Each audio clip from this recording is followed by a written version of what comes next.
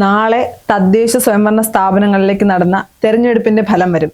നമുക്കറിയാം, ഏത് വിധേനയും ഈ തെരഞ്ഞെടുപ്പ് ജയിക്കുക എന്നാണ് മൂന്ന് മുന്നണികളുടെയും ആവശ്യം. അപ്പോൾ ആദ്യത്തെ പോലെ തന്നെ മൂന്നാമതും ഇനി തുടർ ഭരണമാണ് എന്ന് ഇടത് സർക്കാർ പറയുമ്പോൾ അവരതിനു വേണ്ടിയിട്ട് അവരുടെ വികസനം ചർച്ച ചെയ്താൽ വോട്ടാകില്ല എന്ന കൃത്യമായ ഉറപ്പിന്റെ പേരിൽ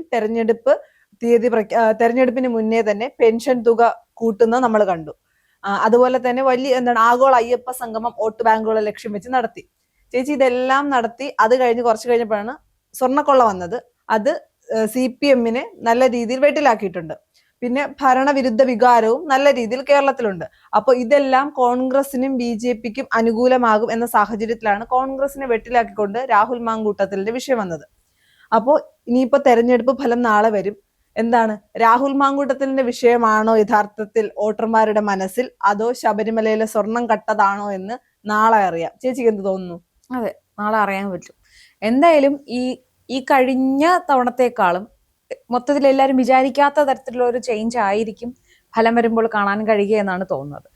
കാരണം തിരുവനന്തപുരത്ത് നോക്കുമ്പോൾ ഏറ്റവും എനിക്ക് ശ്രദ്ധയിൽപ്പെട്ട ഒരു കാര്യം, ഒരു പണിയും ചെയ്യാതെ പായൽ മൂടിക്കിടന്ന ഒരു കുളം ഉദ്ഘാടനം ചെയ്യുന്നത്, ആ നോട്ടീസിൽ മേയറുടെയും മുഖ്യമന്ത്രിയുടെയും ഒക്കെ ഫോട്ടോ പതിച്ച നോട്ടീസ്, പക്ഷെ ആ കുളം പായൽ പോലും മാറ്റിയിട്ടിട്ടില്ല എന്ന ആ ഒരു വാർത്ത ശരിക്കും പറഞ്ഞാൽ ഒരുപാട് ആൾക്കാരിലേക്ക് എത്തിയിട്ടുണ്ട്. അവരെ തിരിച്ചു ചിന്തിപ്പിക്കാൻ ഒരു പ്രേരണയായി ആ ഒരു ഒറ്റ വാർത്ത.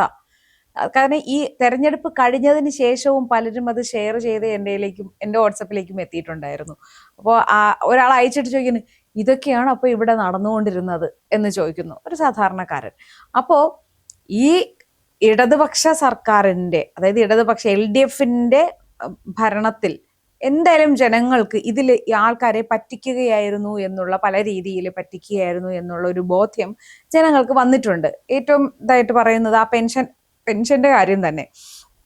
ഒരുപാട് നാൾ അത് വീഴ്ച വരുത്തിയതിന് ശേഷം കുടിശ്ശിക പോലും ഇട്ടിരുന്ന പെൻഷനാണല്ലോ. എന്നിട്ട് തെരഞ്ഞെടുപ്പിനെ മാത്രം മുന്നിൽ കണ്ടുകൊണ്ട് ഒരു ചെറിയൊരു ഇൻക്രിമെന്റ് കൊടുത്തുകൊണ്ട് അതിനെ കൊടുത്തപ്പോൾ ആൾക്കാർക്ക് ഇത് മനസ്സിലാക്കാനുള്ള ബുദ്ധിയൊക്കെ ഉണ്ട്. തെരഞ്ഞെടുപ്പ് എടുക്കുമ്പോൾ മാത്രം വരുന്ന ഈ പെൻഷനെ കുറിച്ച് ആൾക്കാരിപ്പോ ബോധവാന്മാരാണ്. അത് അങ്ങനെ പറയുമ്പോൾ ഇതിനു മുന്നേ തന്നെയും പ്രതിപക്ഷം ഉൾപ്പെടെ ആരോപിച്ചിരുന്ന ഒരു ആരോപണം എന്ന് പറയുന്നത് CPM-നെതിരെ അല്ലെങ്കിൽ സർക്കാരിനെതിരെ കിറ്റ് കൊടുത്ത് രണ്ടാമത് അധികാരത്തിൽ വന്നു എന്നാണ്. അപ്പോൾ അതവർ അംഗീകരിച്ചത് കൊണ്ടാണോ രണ്ടാമത് പെൻഷന്റെ തുക കൂട്ടിയെന്നൊരു ചോദ്യം ഉണ്ടല്ലോ. എന്ന് പറഞ്ഞാൽ നമ്മുടെ ബീഹാറില് BJP എന്താ അവിടെ ചെയ്തത്? സ്ത്രീകൾക്കെല്ലാം 10,000 രൂപ വീതം കൊടുത്തു. 10,000 വീതം കൊടുത്തു കഴിഞ്ഞപ്പോൾ അവിടെ കോൺഗ്രസ് അല്ല, ഇന്ത്യ മുന്നണിക്ക് ഒരു നേട്ടമുണ്ടാകും എന്ന രീതിയിലായിരുന്നു അവിടുത്തെ പ്രാദേശികമായ വിലയിരുത്തലുകളെങ്കിലും അവസാനം BJP ജയിച്ചു. സ്ത്രീകൾക്ക് 10,000 രൂപ കൊടുത്തെന്ന് പറയുമ്പോൾ ഒരു വീട്ടിൽ ഇപ്പൊ 2 സ്ത്രീകളുള്ള തന്നെ ആ ഒരു വീട്ടിൽ 20,000 രൂപ കിട്ടി. അപ്പൊ അവിടുത്തെ ഒരു ജീവിത രീതിയൊക്കെ വെച്ച് നോക്കുമ്പോൾ ആ 10,000 രൂപ എന്ന് പറഞ്ഞാൽ അവരെ സംബന്ധിച്ച് വലിയൊരു തുകയാണ്. ചേച്ചി, നമ്മൾ പലതവണയും പറഞ്ഞിട്ടുണ്ടല്ലോ, കേന്ദ്രത്തിലെ മോദിയാണ് കേരളത്തിലെ പിണറായി എന്ന്. കാര്യം ഒരേ രീതി തന്നെയാണ്. അതേ രീതിയാണല്ലോ ഇവരും ഫോളോ ചെയ്യുന്നത്. ജയിക്കാൻ വേണ്ടി എന്തും ചെയ്യും എന്ന തലത്തിലേക്ക് മാറിയിട്ടുണ്ടല്ലോ. അപ്പൊ അതുകൊണ്ട് തന്നെ ഇപ്പൊ ഈ ഫലം വന്നു കഴിയുമ്പോൾ നമുക്ക് അറിയാൻ കഴിയും. പിന്നെ കോൺഗ്രസിനെ സംബന്ധിച്ചിടത്തോളം തിരുവനന്തപുരം ഒരു പ്രധാനപ്പെട്ട ഒരു കേന്ദ്രമാണല്ലോ, തലസ്ഥാന തിരുവനന്തപുരം എന്ന് പറയുമ്പോൾ. തിരുവനന്തപുരത്ത് കഴിഞ്ഞ തവണ 10 സീറ്റാണ് കോൺഗ്രസിന് ഉണ്ടായിരുന്നത് കോർപ്പറേഷനിൽ. അപ്പൊ ആ 10 എന്നുള്ളത് എന്തായാലും അത് നല്ലൊരു രീതിയിൽ ഉയർത്താൻ കോൺഗ്രസിന് കഴിയുമെന്ന് തന്നെയാണ് ഇപ്പോൾ വിശ്വസിക്കുന്നത്. ചേച്ചി, ഞാൻ പറയട്ടെ, അപ്പൊ തിരുവനന്തപുരത്തിന്റെ കാര്യം പറയുമ്പോ എന്റെ അഭിപ്രായമാണ്, കോർപ്പറേഷൻ ഭരണം UDF പിടിച്ചില്ല എന്നിരിക്കട്ടെ, കോൺഗ്രസ് അല്ല UDF ആണല്ലോ, 10 സീറ്റേ നിലവിലുള്ളൂ. കോർപ്പറേഷൻ ഭരണം പിടിക്കാൻ അത്ര എളുപ്പമല്ല. 10 സീറ്റിൽ കിടക്കുന്ന UDF-ന് 10 സീറ്റാണ്. എനിക്ക് തോന്നുന്നു 51 സീറ്റ് വേണം. ഒറ്റ കക്ഷിയായി ഭരിക്കണമെങ്കിൽ 51 സീറ്റ് വേണം. അപ്പൊ 51 സീറ്റ് പിടിക്കുക കോൺഗ്രസിന് അത്ര എളുപ്പമാണ്, അത് ഈ തെരഞ്ഞെടുപ്പിൽ നടക്കുമെന്നൊന്നും ഞാൻ വിശ്വസിക്കുന്നില്ല.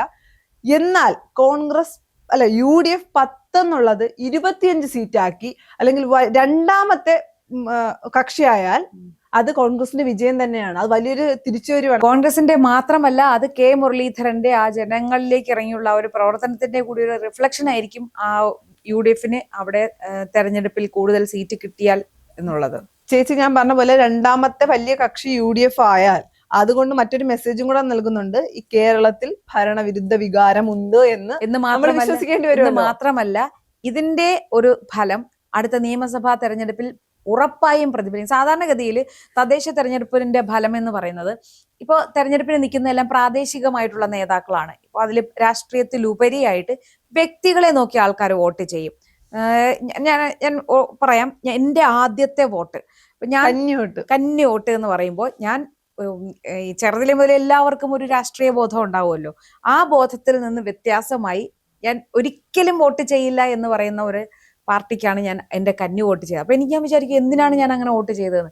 പക്ഷെ അപ്പോൾ ഈ പ്രാദേശികമായി വരുമ്പോൾ ആൾക്കാർ എന്റെ വീടിന്റെ അടുത്തുള്ള ഒരാളാണ് അന്ന് ഇലക്ഷന് നിന്നത്. അപ്പൊ അതുകൊണ്ട് തന്നെ ആ ആൾക്ക് വോട്ട് കൊടുക്കാൻ, എന്നിട്ട് വലിയ ആരോന്നും ഇല്ലായിരുന്നു, വീടിനടുത്തുള്ള ആൾക്ക് വോട്ട് കൊടുത്തു എന്ന് മാത്രമേ ഉണ്ടായിരുന്നുള്ളൂ. അപ്പോൾ എനിക്ക് അത് ഒരു തരത്തിലും എനിക്ക് അതുമായി പൊരുത്തപ്പെടാൻ പറ്റിയില്ലെങ്കിൽ പോലും കൊടുത്തു. അപ്പൊ ഇതാണ് സാധാരണഗതിയിൽ ഈ തദ്ദേശ തെരഞ്ഞെടുപ്പിൽ ആൾക്കാരുടെ ഒരു ചിന്ത എന്ന് പറയുന്നത്. പിന്നെ ആൾക്കാർ ഈ തെരഞ്ഞെടുപ്പിന് പ്രചരണത്തിന് വരുമ്പോൾ അവരുടെ ഒരു പെരുമാറ്റ രീതി അത് വലിയ രീതിയിൽ സ്വാധീനിക്കും. ഇപ്പൊ നമ്മൾ MLA ആയിട്ട് തെരഞ്ഞെടുക്കാൻ ഇലക്ഷന് വരുന്നവർ അവരെല്ലാം പൊതുവെ അതിൽ ട്രെയിൻഡ് ആണ്. അല്ല ജനങ്ങളെ സമീപിക്കുന്നത് ആ ഒരു രീതി ഉണ്ടല്ലോ. പക്ഷെ ഈ പ്രാദേശിക തെരഞ്ഞെടുപ്പിൽ ഇപ്പോഴത്തെ കാലത്ത് തന്നെ ഒരു സ്ഥാനാർത്ഥി വരികയാണ്, വോട്ട് ചോദിക്കാൻ വരികയാണ്, പക്ഷെ ആ ആളുടെ ആറ്റിറ്റ്യൂഡ് എന്താണെന്ന് അറിയുമ്പോൾ ഞാൻ MLA ആയ മട്ടിലുള്ള ഒരു ആറ്റിറ്റ്യൂഡാണ്. ഇതെല്ലാം ജനങ്ങളെ സ്വാധീനിക്കും, രാഷ്ട്രീയത്തിന് അതീതമായി ഇത്തരം കാര്യങ്ങൾ. അതിൻ്റെ അകത്ത് വേറൊരു കാര്യം ഉണ്ടല്ലോ, ഇപ്പൊ നിയമസഭ പാർലമെന്റ് തെരഞ്ഞെടുപ്പുകളിൽ സ്ഥാനാർത്ഥിയായി നിൽക്കുന്നവർ എല്ലാ വീടും കയറില്ല, എല്ലാവരെയും കാണില്ല. കാര്യം പൊതുപരിപാടികളും കാര്യം ഓടിയെത്തില്ലല്ലോ. പൊതുപരിപാടികളിലൊപ്പം ഇപ്പൊ നമ്മള് കോർപ്പറേഷൻ മാറ്റിക്കഴിഞ്ഞാല് പഞ്ചായത്ത്, ബ്ലോക്ക് പഞ്ചായത്ത്, ജില്ലാ പഞ്ചായത്ത് എടുക്കുമ്പോൾ പഞ്ചായത്ത് സ്ഥാനാർത്ഥി വാർഡ് മെമ്പറായി നിൽക്കുന്ന വ്യക്തിയായിരിക്കണം ഒരു 3 തവണയോ 4 തവണയോ വീടുകളിൽ എത്തുക. ഈ ബ്ലോക്ക് സ്ഥാനാർത്ഥി ഒരു തവണ, ഈ ജില്ലാ പഞ്ചായത്ത് സ്ഥാനാർത്ഥി ഒരു തവണയെങ്കിലും വീടുകളിൽ എത്തുക എന്ന് പറഞ്ഞാൽ വളരെ അപൂർവമാണ്. അപ്പോൾ ഏറ്റവും കൂടുതൽ അവർക്ക് മനസ്സിലാക്കാൻ പറ്റുന്ന ഒരു സ്ഥാനാർത്ഥി എന്ന് പറയുന്നതും ചേച്ചി പറഞ്ഞ പോലെ വ്യക്തികളെ നോക്കുന്നതൊക്കെ ഇതുകൊണ്ടാണ്. നമ്മൾ വീട്ടിൽ ചെല്ലും, നമുക്കറിയാൻ പറ്റും. ഇപ്പോ പാർലമെന്റ് അല്ലെങ്കിൽ നിയമസഭാ സ്ഥാനാർത്ഥി ആവുമ്പോ ഒരു വലിയ ഏരിയയിലായിരിക്കും ഒരു സ്ഥാനാർത്ഥി വരിക അല്ലേ.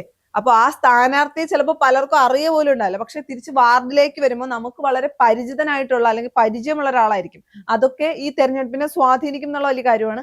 പിന്നെ കോൺഗ്രസിന് ആദ്യം മുതൽ നമ്മൾ പറഞ്ഞ പോലെ ഒരു എഡ്ജ് എന്ന് എനിക്ക് തോന്നുന്നത് യുവാക്കൾക്ക് ഒരുപാട് അവസരം കൊടുത്തിട്ടുണ്ട്. എന്താണ്, ഇനി യുവത്വം അല്ലെങ്കിൽ ജെൻസികൾ ഭരിക്കട്ടെ എന്നൊക്കെ ഉള്ള രീതിക്ക് ഒരുപാട് ഓപ്പർച്യൂണിറ്റീസ് പെൺകുട്ടികൾക്കായാലും അല്ലെങ്കിൽ സ്ത്രീകൾക്കായാലും കൊടുത്തിട്ടുണ്ട്. അതൊക്കെ കോൺഗ്രസിന് ഗുണകരമാകും എന്നാണ് എനിക്ക് തോന്നുന്നത്. പിന്നെ നമുക്ക് പറയാതിരിക്കാൻ പറ്റാത്തൊരു കാര്യമുണ്ട്. തദ്ദേശ തെരഞ്ഞെടുപ്പ് എന്ന് പറയുന്നത് സാധാരണഗതിയിൽ അല്ലെങ്കിൽ നമ്മൾ പഴയ കണക്കൊക്കെ എടുത്ത് നോക്കുമ്പോൾ ഒരു കൂടുതൽ തവണയും മെജോറിറ്റി കിട്ടിയിട്ടുള്ളത് LDF-നാണ്. ഉമ്മൻചാണ്ടി സർക്കാർ ഭരിക്കുന്ന, എനിക്ക് തോന്നുന്നു ഭരിച്ച് കഴിയുന്ന അല്ലെങ്കിൽ ആ ഭരണമാറ്റം വരുന്ന ഒരു സമയത്ത് നടന്ന തദ്ദേശ തെരഞ്ഞെടുപ്പില് കോൺഗ്രസിന് വലിയ ഒരു മാർജിൻ ഉണ്ടായിരുന്നു എന്ന് എനിക്ക് തോന്നുന്നു. കോൺഗ്രസ് ഇതുവരെ കണ്ടിട്ടില്ലാത്തൊരു ഭൂരിപക്ഷമൊക്കെ നേടിയതാണ്. പക്ഷെ അത് കഴിഞ്ഞ് വന്ന നിയമസഭാ തെരഞ്ഞെടുപ്പിൽ കോൺഗ്രസ് അവിടെ തോക്കുകയും ചെയ്തു. അതുകൊണ്ട് നിയമസഭാ തെരഞ്ഞെടുപ്പിനെ ഇത് സ്വാധീനിക്കും, എന്നാൽ പൂർണ്ണമായി വിലയിരുത്താൻ കഴിയില്ല. മാത്രമല്ല ഇപ്പൊ UDF-ന് കുറച്ച് മുന്നേറ്റം ഉണ്ടായാൽ അപ്പൊ അത് UDF പ്രവർത്തകർക്കിടയിലും എല്ലാം ഒരു പ്രത്യേക ഒരു എനർജി ഉണ്ട്, ഒരു ആത്മവിശ്വാസം ഉണ്ടാകും. അത് വരുന്ന തെരഞ്ഞെടുപ്പിൽ അവർക്ക് പ്രവർത്തിക്കുന്നതിനാവശ്യമായ ഊർജം കൊടുക്കും. അതൊരു ഘടകം. അത് കറക്റ്റ് ആണ് ചേച്ചി. പക്ഷെ ഇപ്പോ എന്തെങ്കിലും കാരണം കൊണ്ട് നമുക്കറിയില്ലല്ലോ, നാളെ ഫലം വരുമ്പോഴേ കൃത്യമായി പറയാൻ പറ്റൂ. എന്തെങ്കിലും കാരണം കൊണ്ട് LDF-നാണ് ഒരു മുൻതൂക്കമെങ്കിൽ അത് തുടർഭരണമാണ് നമുക്ക് പറയാൻ കഴിയില്ല. കാര്യം ഞാൻ പറഞ്ഞ പോലെ 2010 തോന്നുന്നു ഉമ്മൻചാണ്ടി സർക്കാരിന്റെ കാലത്ത് അല്ലെങ്കിൽ ഉമ്മൻചാണ്ടി സർക്കാരിന്റെ കാലത്ത് ജനസമ്പർക്ക പരിപാടിയൊക്കെ കഴിഞ്ഞിട്ട് കോൺഗ്രസ് അന്നൊരു പ്രതീക്ഷയുണ്ട്, ഒരു തുടർഭരണം. ആ സമയത്താണ് തദ്ദേശ സ്വയംഭരണ സ്ഥാപനങ്ങളിലേക്ക് നടന്ന തെരഞ്ഞെടുപ്പിൽ വലിയ വിജയം കോൺഗ്രസ് കൈവരിക്കുന്നുണ്ട്. അത് കഴിഞ്ഞു വരുന്ന നിയമസഭാ തെരഞ്ഞെടുപ്പിൽ കോൺഗ്രസ് തോൽക്കുകയും ഇടതുമുന്നണി അധികാരത്തിൽ വരികയും ചെയ്തു. അതുകൊണ്ട് നമുക്കിത് പൂർണ്ണമായിട്ട് ഈ തെരഞ്ഞെടുപ്പിന്റെ റിസൾട്ട് മറ്റതിൽ കൃത്യമാകണം എന്നില്ല. ഇപ്പൊ പാർലമെന്റ് ഇലക്ഷൻ എടുത്താൽ തന്നെ നമുക്കറിയില്ലേ, പാർലമെന്റ് ഇലക്ഷനിൽ ജനങ്ങൾ വോട്ട് ചെയ്യുന്നത് പോലെ അല്ല തദ്ദേശ സ്വയംഭരണ സ്ഥാപനങ്ങളിലേക്ക് നടക്കുന്ന തെരഞ്ഞെടുപ്പിലും നിയമസഭാ തെരഞ്ഞെടുപ്പിലും ചെയ്യുന്നത്. അതുകൊണ്ട് നമുക്ക് ഇത് തമ്മിൽ കമ്പയർ ചെയ്യാന്നൊക്കെ പറയുമ്പോൾ പോലും ഇങ്ങനെ കുറെ ഘടകങ്ങൾ അതിന്റെ അകത്തുണ്ട്. പിന്നെ കോൺഗ്രസിനെ സംബന്ധിച്ചിടത്തോളം കോൺഗ്രസ് നേരത്തെ തന്നെ പ്രവർത്തനങ്ങൾ ആരംഭിച്ചിരുന്നു. ജനങ്ങളുമായി വളരെയധികം അടുത്ത് തന്നെ ഇടപഴകുന്ന രീതിയിൽ അവർ ഒരുപാട് പ്രവർത്തനങ്ങൾ കാഴ്ചവെച്ചിരുന്നു മുൻ സമയങ്ങളെ അപേക്ഷിച്ച്. ഈ സാധാരണ ആൾക്കാരുടെ ഇടയിൽ മനസ്സിൽ ഒരു കോൺഗ്രസ് മനസ്സുള്ള ജനങ്ങളാണ് നമുക്കുള്ളത്. നിഷ്പക്ഷ വോട്ടുകാർ എന്ന് പറയുന്നത് കോൺഗ്രസ് മനസ്സുള്ളവരാണ്. അപ്പൊ അവരോട് കോൺഗ്രസ് ഒരല്പം ഒന്ന് പ്രവർത്തിച്ചാൽ മതി, വോട്ട് നേടാൻ എളുപ്പമാണ്. അങ്ങനെ നോക്കുമ്പോൾ മുൻകാലങ്ങളെ അപേക്ഷിച്ച് ഇത്തവണത്തെ തദ്ദേശ തെരഞ്ഞെടുപ്പിൽ കോൺഗ്രസിന്റെ പ്രവർത്തനം കുറച്ചുകൂടി സജീവമായിരുന്നു, ജനങ്ങളിലേക്ക് ഇറങ്ങിച്ചെല്ലുന്നുണ്ടായിരുന്നു. അതിൻ്റെതായ ഒരു പ്രാധാന്യത്തോടു കൂടി തന്നെ പ്രചരണത്ത് സജീവമായിരുന്നത് കൊണ്ട് തന്നെ ആർക്ക് കൊടുക്കണമെന്ന് ആ ഒരു നിഷ്പക്ഷ വോട്ടുകാരുണ്ടല്ലോ, അവരുടെ വോട്ട് എന്തായാലും കോൺഗ്രസിനും UDF-ന് കിട്ടാൻ സാധ്യതയുണ്ട് എന്ന് തന്നെ നമുക്ക് കരുതാം. ഇപ്പം അധികാരം പിടിച്ചില്ലെങ്കിലും, കോർപ്പറേഷനുകളിലും ബ്ലോക്ക് പഞ്ചായത്തിലും എല്ലാം അധികാരം പിടിച്ചില്ലെങ്കിൽ പോലും വോട്ട് ശതമാനം കൂട്ടാൻ കോൺഗ്രസിന് കഴിയുമെന്ന് തന്നെയാണ് കരുതാൻ കഴിയുന്നത്.